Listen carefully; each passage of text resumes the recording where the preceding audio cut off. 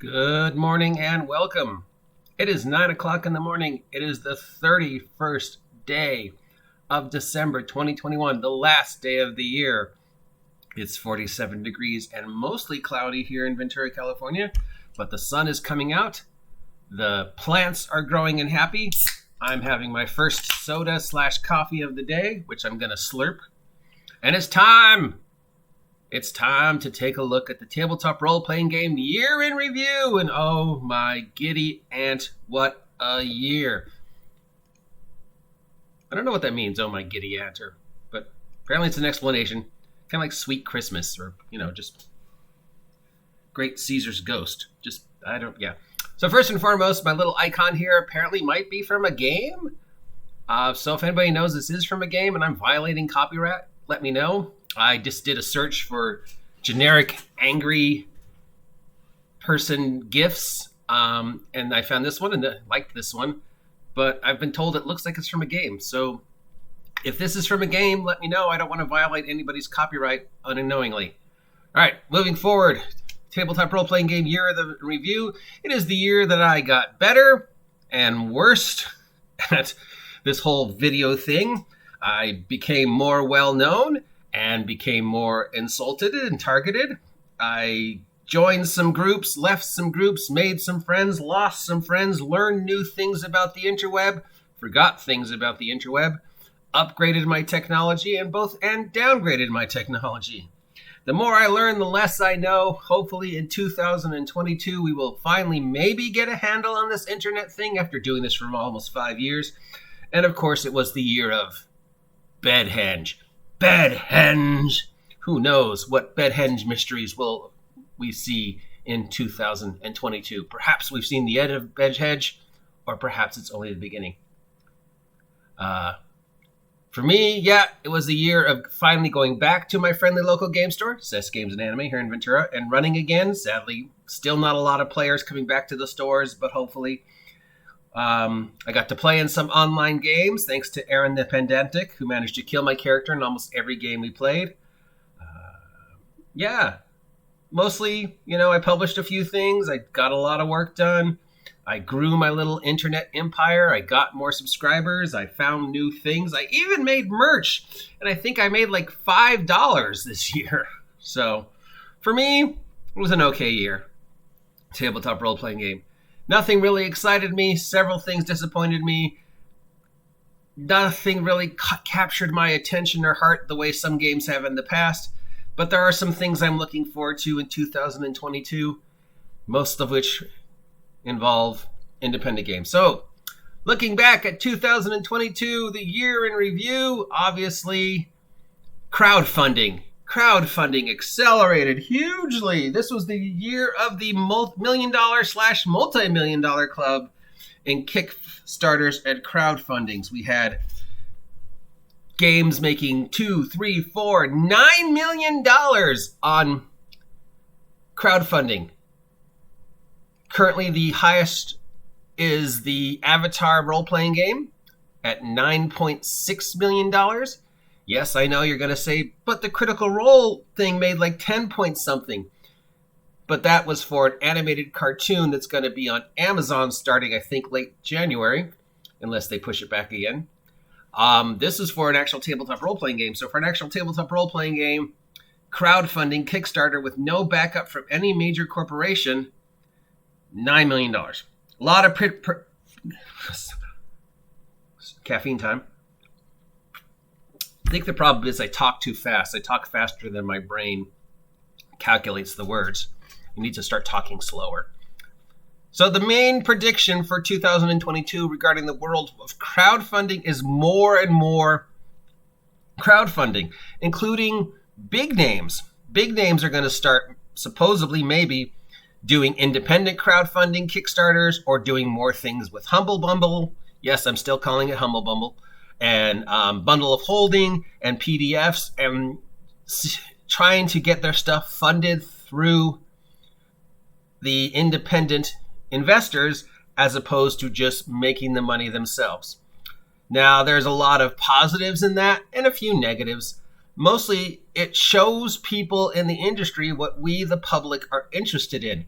if, let's say, Wizards of the Coast or Paizo or Fantasy Flight or Games Workshop decides that instead of funding something out of their own pocket, they're going to put it up online and crowdfund/playtest it through either a self-run crowdfund or a public crowdfunding, and nobody invests in it, or very few invests in it, then it gives the industry a much more direct line to the pulse of the buying public. Nobody's giving me any money for the source book on the crowdfunding. I guess there is no interest in this. So now we know going forward that we shouldn't invest in this, and maybe we should invest in other things. It's a great way to experiment if this actually happens. So that's the main positive.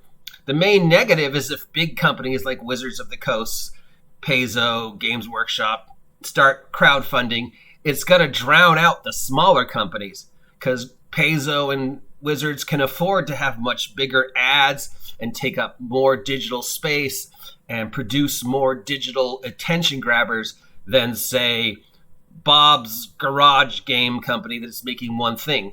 And because these big league players are going to be able to maybe dominate the crowdfunding, small league players might not get the attention they deserve. And the whole point of crowdfunding is to allow smaller publishers to get their stuff out. You know, we might not have had an Avatar the role-playing game. We might not have had a Wanderhome. We might not have had an Alice is Missing if not for crowdfunding. And speaking of Alice is Missing was the tabletop role-playing game of the year, even though by definition, if you look at it, it's not a role-playing game. And it has not sold a single copy as far as I'm aware. The last time I looked at the numbers, which was like a month ago, Alice is Missing was at 0.01% in sales and play. So the big mystery to Alice is Missing is, why is it tabletop role-playing game of the year when it's basically not a tabletop role-playing game and it's selling nothing? And speaking of abysmal sales, we are into the third week of Strixhaven, and the industry reports are starting to come in, and the Strixhaven sales are abysmal. In fact, early predictions say that this is the worst selling product from Wizards of the Coast for 5e ever. Well, I haven't seen the official numbers yet, so I can't say for sure. This is all hearsay. This is all stuff I'm hearing from industry insiders who I can't, say their names. But we won't know for sure if this is true until we see the Q1 reports, which should be coming out late January, early February. But yeah, so moving on. Luxury items for D&D became a thing and became way more expensive. We had the Yawning Portal in miniature playset for $350. The $400 Tiamat thing.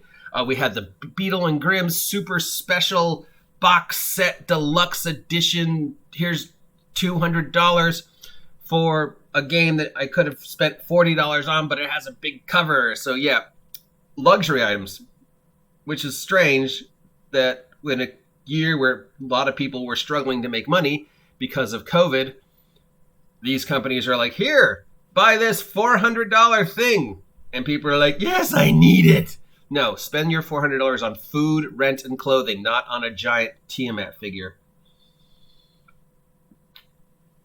But it's a thing. Another thing, of course, is company accountability. And all the stuff that came with that, both positive and negative, which leads us to, of course, our main story of 2021, the changes to the hobby. 5th edition, Wizards of the Coast, so many words. The accountability, the problematic wording, the attacks on the industry itself, the Wizards of the Coast choices. I mean, who knew this day a year ago when I was making my predictions / talking about tabletop role-playing game of the year, that what happened over the past year happened. There were signs, but I really never thought it would get as bad as it is.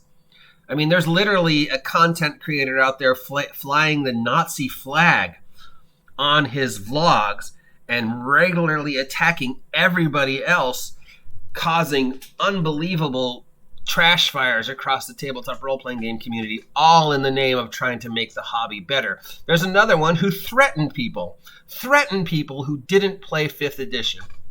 We have constant attacks on everybody who doesn't play 5th edition. We have constant attacks at people who play 5th edition but don't play it the right way. We've been called racist, sexist, homophobic, problematic words. We've been removing words from the English language because they're problematic in the results of D&D.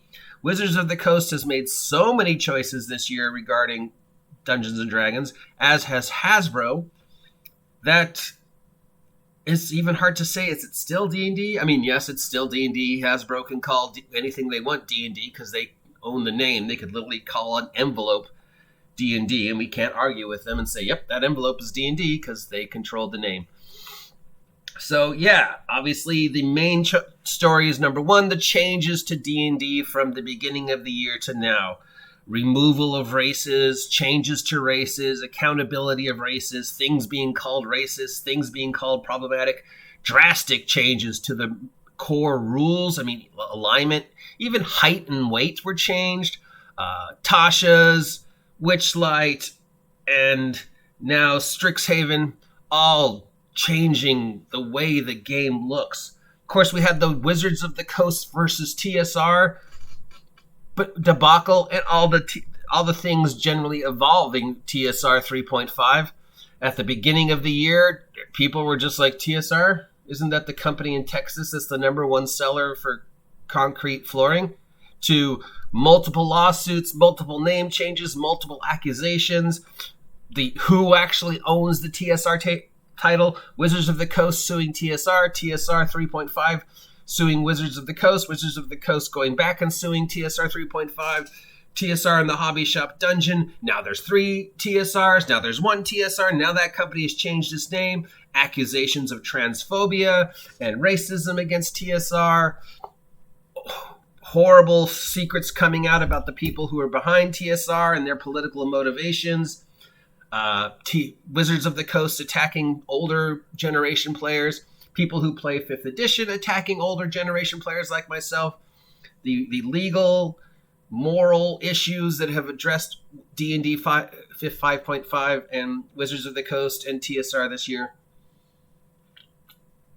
Truly, in terms of Dungeons & Dragons accountability, Dungeons & Dragons diplomacy, and Dungeons & Dragons embracing the tabletop role-playing game community, this has been a horrible year. Even individuals who claim they are embracing the tabletop role-playing game and embracing what is best from 5e have done and said horrible things in the name of Gygax, and we'll be moving on to that in a section. So yes, obviously, the number one story is 5th edition, Wizards of the Coast, TSR, and just this nonsense about racism and problematic words like die. It's literally come out and said the word die is problematic and needs to be removed. You know, mind flayers are now no longer evil brain-eating Cthulhu-based nightmares. They're just a bunch of guys with an interesting dietary requirement. But hey, they're cool. Nobody's evil anymore. Nobody's good anymore. I mean, yeah, I could go on and on and on for hours about the things that have come out from Wizards of the Coast and Hasbro. Now, the most interesting story from Hasbro in regards to tabletop role-playing game is twofold. One, Hasbro, everybody seems to have forgotten that, destroyed Wizards of the Coast and then rebuilt it under a new branding. Wizards of the Coast is now no longer a separate entity. It is branded under a new umbrella of Digital and Wizards, and its money is coming both from Magic and D&D and digital. So it's now sort of been put under a bigger umbrella. Now, a lot of people are saying this is a good thing. It gives Wizards of the Coast more freedom. It gives it access to more technology. And it could be. Or it could be a way for Hasbro to keep a tighter rein on Wizards of the Coast and what's happening. The second big thing for tabletop role-playing game Hasbro choices is Hasbro is making tabletop role-playing games about their IPs Transformers, G.I. Joe, and Mighty Morphin Power Rangers, but they're not having Wizards of the Coast produce them. 2022 will see the first time in a long time other companies making product directly for Hasbro and using Hasbro IPs like Transformers, but not Wizards of the Coast. Instead, it's Renegade Press, creators of Kids on Bikes. They will be making the Essence D20 system, which we still know very little about, and releasing all the Hasbro IP tabletop role-playing games. So Mighty Morphin Power Rangers, the role-playing game, will not be a Wizards of the Coast Dungeons & Dragons 5e compatible. It will be a completely separate game from a completely separate company. Of course, Hasbro is going to still make money off of it. And speaking of money, of course, how much money did Hasbro make off Dungeons & Dragons this year, as opposed to how much money Hasbro lost Dungeons & Dragons this year? And that is an interesting story, because if we look at the 2020 sales to the 2021 sales, we see a drop. In 2020, 23% of all Wizards of the Coast sales was Magic, and 33% was all D&D, making 19% of the money that Hasbro made in total, giving it a total product of $420 million that Hasbro made off of WOTC in 2020. In 2021, Hasbro lost $112 million from D&D product sales so far. We're still looking at the numbers, but Hasbro gave Wizards of the Coast money goals, wanting Wizards of the Coast to at least make $100 million a year off of D&D, which is looking like D&D sales, as we said, went down 15% in 2021, costing Hasbro $112 million. What does that mean for the future of D&D? Why did this happen? I don't know. Maybe because Wizards of the Coast spent so much time and energy pushing people away from the hobby, bringing us up to Strixhaven, where there are now even 5th edition players, one of whom a few of which I hope to interview in 2022 once we get done with the hobbies, who are now saying, Hasbro, you've gone too far. Hasbro, this isn't for me. Hasbro, what are you thinking? I've got people who claim they are the target audience of Hasbro's changes, 5th edition players who are saying, no, it's enough. Stop. I don't want this anymore. And if we can base that on Strixhaven sales so far, it seems the people are speaking. Another story that came out of 2021, of course, is the cult of Gygax. The worship of Gygax.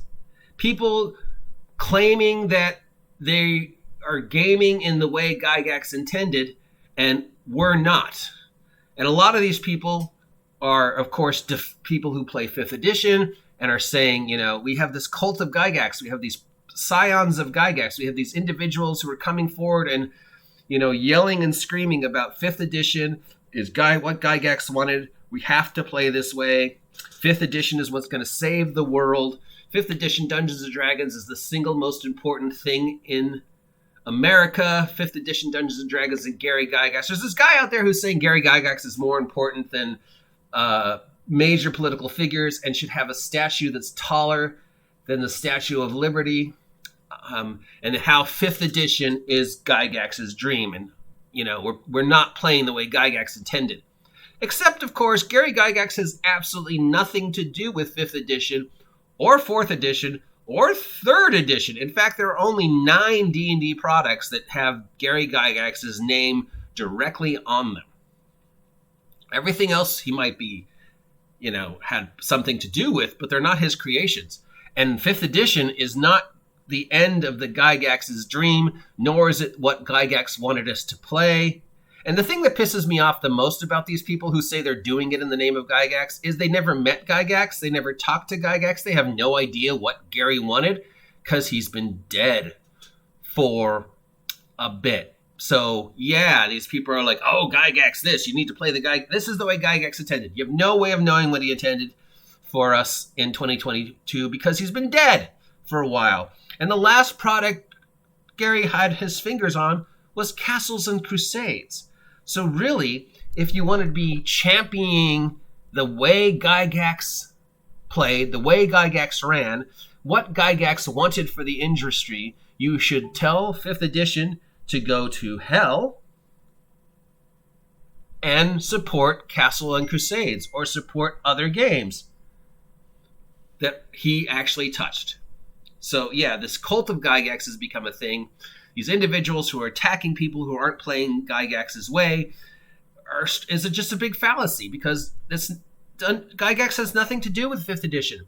Gygax has nothing to do with D&D now. The last game Gygax worked on was Castle and Crusades. He hasn't had anything to do with Dungeons and Dragons since Wizards of the Coast bought the IP. And even before then, he was out. He was out of TSR way before then. He had nothing to do with 3, 3.5, 4, or 5. So stop saying you're doing things in Gygax's name. Stop saying we're playing the way Gygax wanted. And stop saying 5e, Wizards of the Coast, is the game that's going to save the world, is the single most important thing in the world, and it's what Gygax intended. Because unless you spoke to him and he told you this, no, it's not. He had nothing to do with that. So this cult of Gygax just kind of needs to stop. Because there are other games that Gary worked on and had stuff to do with. So if you want to really support Gary's dream, you should be supporting Castle and Crusades.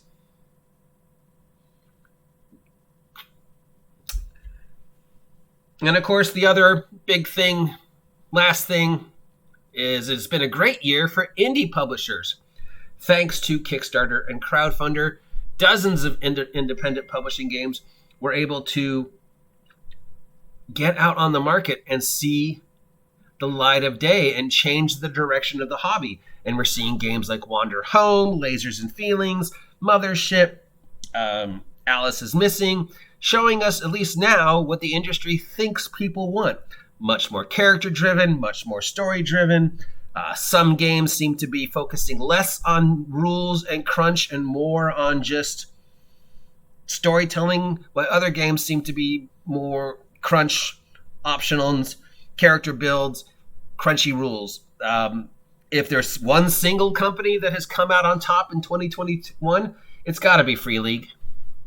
Not only have they released the most award-winning games of 2021, they also had the most anticipated game of 2021 with Twilight 2000. And Mophidius is the second most anticipated game with Dune for 2021. And now we're looking at the 2022 most anticipated games, at least two of the top contenders, again, Mophidius and Free League for most anticipated games for 2022.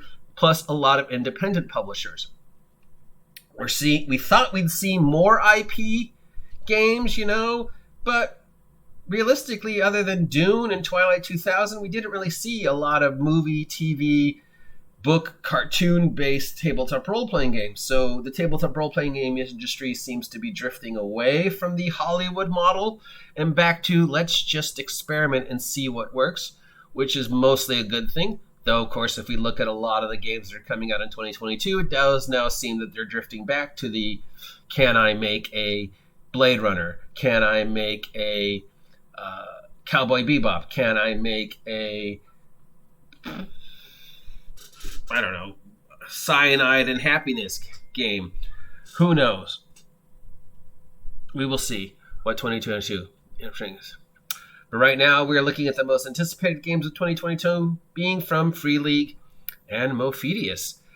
And nothing, not a single thing from Wizards of the Coast is even on the radar for being anticipated for 2022. The only products we know that are coming out from Wizards of the Coast so far are the Motorcane and Monsters book, which really is a waste of your money at 280 pages, most of which is going to be art. It's 230 monsters you've already seen the stats for, and 30 player character races you've already seen the stats for. And since it's under the new rules, it's really sort of pointless, because all the player character races are just kind of the same, and all the monsters are just sort of stat blocks now. And since all the information in Mordenkainen's is already available to you and free, there's really no reason for you to buy it. The second thing we have is, of course, the final product of Matt Mercer's 3-product deal with Wizards of the Coast. some type of adventure. I don't know, it's Critical Role, so it might sell. But really, I think in terms of St. Mercer and the Critical Role company and Towson Publishing, they're going to start making more and more of their own stuff and seeing if it sells. Which, of course, brings us to the final predictions of 2022/2024. 2024 is the 50th anniversary for Dungeons & Dragons, and we know Wizards of the Coast has something planned, whether it will be a revised 5.51 rule set or a brand new 6th edition rule set. We don't know. A lot of what they're doing is based upon the sales of Strixhaven, Witchlight, and based upon the responses that they are getting from the surveys and the responses they're getting from 5e players who are now sort of negatively looking at Wizards of the Coast's choices. And Hasbro's looking, going, okay, this is making money, this is not making money, this is working, this is not working. You've heard my thoughts on Strixhaven before and how I think it's an experiment, and I think how that's going to determine the direction Wizards of the Coast goes in 2022. But the big thing that's going to determine it is what is Critical Role going to do in 2022/2024? I don't think it's a matter of if, I think it's a matter of when they make their own fantasy Critical Role tabletop role-playing game. It's going to just take the industry, and then everybody else is just going to be going like, oh God, 90% of the buying audience followed them. Now we don't have a target audience anymore. Wizards of the Coast, of course, doesn't know who their target audience is anymore, because their target audience is Twitter people who don't actually buy D&D, but instead of it being the actual buying public. So the 2024, whatever we're going to see from Wizards of the Coast, is going to be based upon surveys and sales of D&D product. And it might be such an abomination that it can't really be called D&D anymore, except D&D by name. But when Critical Role makes their own game, that entire chunk of the population is going to go, screw you, Wizards of the Coast, we're going to go play this game. It's going to be Pathfinder all over again. And that's going to be huge. So 2020-21 was the year of Dungeons & Dragons and Wizards of the Coast, but not in a good way.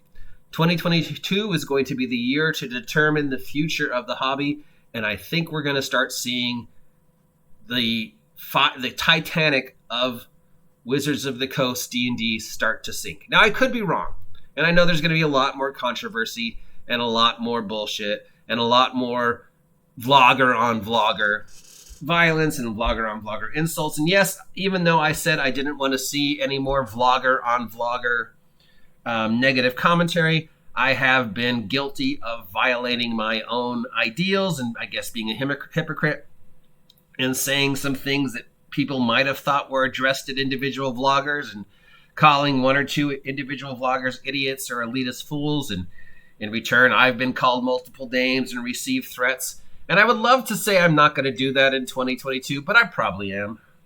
And I think that's, maybe I should. Maybe I should start calling these people out who have been attacking me and attacking the industry. Or maybe I should be more of the style, should just be the voice of reason and just ignore these idiots because they're just bullies. Yeah. And for those of you who keep saying, well, I don't care. If you don't care, don't make videos about it because that means you do care. Yeah. So 2021, the year of Dungeons & Dragons and Wizards of the Coast, but not in a good way. D&D is now problematic and words have become problematic. 2022, it depends. It could be the beginning of the end for D&D. It could be a huge year for independent publishers like Free League and Mophidius. We'll see what happens with the Essence D20 games, of course. My 2021 tabletop role-playing game of the year, Twilight 2000 from Free League, of course, at number 1, and Wanderhome, the Miyazaki-inspired game about storytelling with animals on a trip, strangely enough, 2. Now, no game has captured my heart and imagination the way Tales from the Loop has. Wanderhome has come close, but unfortunately there's some political BS in that game that turns me a little bit sour, but it's definitely the closest in a long time. 2022, what am I looking most forward to? Obviously, the Essence D20 games, Power Rangers, Transformers, and G.I. Joe, even though they're unbelievably expensive, and most of that expense is going to go towards the art. But that's it. And of course, the playtest for the new Marvel role-playing game is going to be coming out in March of 2022. And then we'll see the actual product in 2023. And because it's Marvel, I'm hoping it'll be as good, if not better, than the original Marvel Phase, which is still the #1 superhero role-playing game ever made as far as I'm concerned. So that's it. That's the year in review. Probably a lot of stuff I missed. I probably blabbed a lot, and you probably got bored about 20 minutes ago, and you don't really care. But there we go. We will see what 2022 brings us in regards to the tabletop role-playing game hobby, and how Wizards of the Coast will either rise above the track wreck that Strixhaven has become, or continue to plunge down.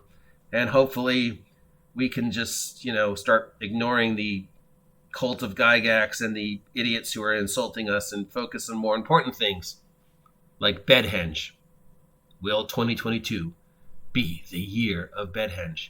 Thank you for putting up with me for 30 minutes. I hope you appreciate this product. If you do, let me know. If you never want to hear me talk about this topic ever again, let me know. If you haven't subscribed yet, please subscribe. Help me hit 1,000 subs by August 4th, 2022, my birthday.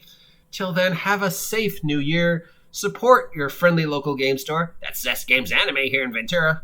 And generally, be kind to each other. See you later. Get off my land.